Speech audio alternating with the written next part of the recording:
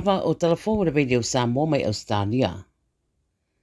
Wa ia ina le tutupe Australia le whatawina le Qatar Airways o le 20% o le tūlanga whaaltupe i le company le Virgin Australia. Whamai ripoti o le tutupe Tim Chalmers wa ia langolangoina le fuafuanga lea a le Qatar Airways i lungo le fautuanga mai le Foreign Investment Review Board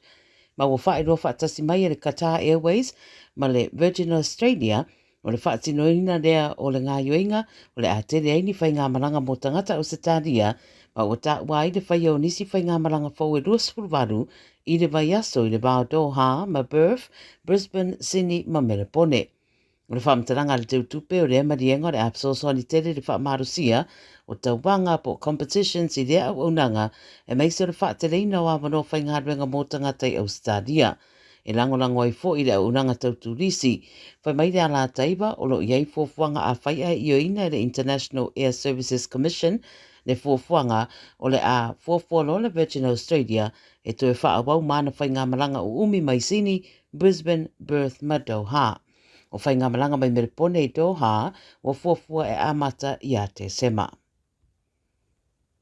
Tō rua tangata le a wha tūtura i rumo le whaamsinonga i le so ina ua maua e leo leo le siria ma leono tane o whala au whasaina na maua i Sydney. O suenga na whaatino e leo leo le amatanga le vaiaso i Goidan na maua i se afifi na lafuane i ai mai se no whanga teu oloa i Homebush. O lo ftaua ina o le afifi au fiaile tusa ma le 5 lita o le tu ai ngā whala au lea i lua tele o le pute. O whaeroe leo leo le tu ai ngā whala au lea sa iei o na sootanga i le whaia o ni ospa i ngā whaatino i ni winga mātanga e mai se o le overdose pei o na iei tu ai ngā whala au. Whaia le isi sue ngā leo leo i se no whanga i silver water ma maua iei le 2.5 kilo o le whala au la vale pei o na whaeroe le 9 News. O isi sue ngā na whaia na nafi na maua i leo leo le 2.3 lita o le whala au lea ma o isi uma sue ngā na whaatino na mawai ma se vai ngā tupe 2.8 wafe ma pu e na mai e rosa tamaita i 2.8 tausanga o le isi o se ali ina mōri e 2.7 tausanga tau fia whaatasi e riva inga leo leo e tutura i le so i le whaamsinonga e tali i o la mōrianga.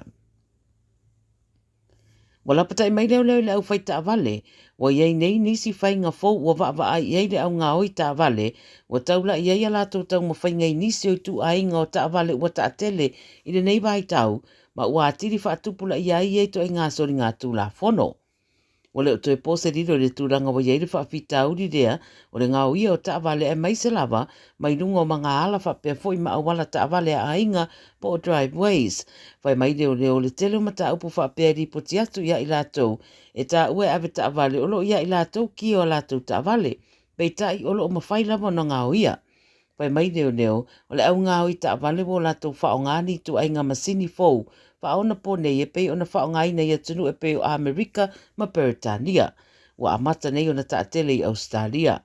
Nia whainga wa mawhai e o na whaapor kalame i eitu ai ngā masini ina ia tai tutu salava ma ki o ta avale. Ma o le teime e sao ai le tangatanga o i tutonu le ta avale e mawhai o na whaapipi i reitu ai ngā masini rea i le dashboard ma mawhai e loa na whaaola le ta avale. O le rapta inga leo leo wa wa ia resi i tio le numero i tu ai ngā ta avale ua ngā ia ta avale mawhai o na whaonga ai tu ai ngā masini ia ma ua lapta i aila au whai ta avale sila tuto ai au unanga ma upenga ta whairangi wa whaelo ai au wala e ta ofi ai le ngā uia o ta avale e ala i le whaonga aina o ia i tu ai ngā masini whaona po nei.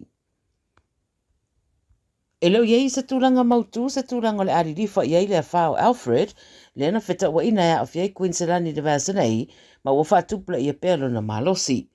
O le teminei o lo iei Alfred i le tusa ma le paru sa lau 5 kilomita i le tu i mātu i sa sae o Mackay, ma le tusa ma le awhe kilomita i le tu i mātu i sa sae o Rockhampton i le Coral Sea. Whai mai rewa ai tau o lo o mawhale manatu e ono tu mau pēle a wha mātere i le sami, mo le isi lua aso o so ai. Ai amai ale lua aso lea e le mai loa po le atonu le tūlanga e ono o iai pe ono tu mau pēa i ngā taifale o Queenslandi pe mamau ese fo i mga taifale. E ui lea wali putia, whaalongo ina pēa i ngā taifale o Queenslandi ia a fianga o lea wha, o atu le marosi o matangi i se lau 4 kilomita le tu la, i lona o ngā tatonu, ma tō whaatau tau e o le se lau 5 kilomita le tu la, lo anga i atua i le tu i saute. Ma mai tau ina fo i le marelosi o ngalu to e mawarurunga ma walapta ia fo i le au whaiwhaiwa. Whautua le wā ai tau tangata umai la lata atu ia no fuanga ia whai masia ki le upenga ta whairangi le wā ai tau mō whaamtaranga ma lapta inga o pito la tamai o le a whāleo Alfred. Taramurumuni, wa whaatanuina tangata au mau le Gold Coast, ia whaamamau ese mai se tasi o matawhanga i rea wha tu na maua i eise tō piro, po se a upenga e whao ngai o so wha ieiwa a maulu, maua i lunga o lea matawhanga i le tai awana leila. Wa whaasai leo le no whanga o whaiala tu suenga, a wali patia na maua e nisi o le au sāpawari le babeao, po le lata i le ono. Whailua le 7 News wa whaamaria le Bomb Squad e moni o lea upenga na maua le torpedo ma lo whaataria nei sa isi di poti le tamai o lea mata upu o manatu whaaria o nisi runga upenga ta whaailangi o whita ua inai ma le iai o wa atau wa saina i ngātai whale o Australia le Vasanei vai mai fina ngalo whaaria e le leo na siaki le lei pe le o nia upenga a lea atunuu mai ana whaataita inga na tā ua na whaialata mai Australia. Te minei olo tāpunia uma awala ulu whale atu i rea matawhanga a o wha ngā soro suenga. Tala ia le radio sa momo lau whaafonga mai le nei a wauri.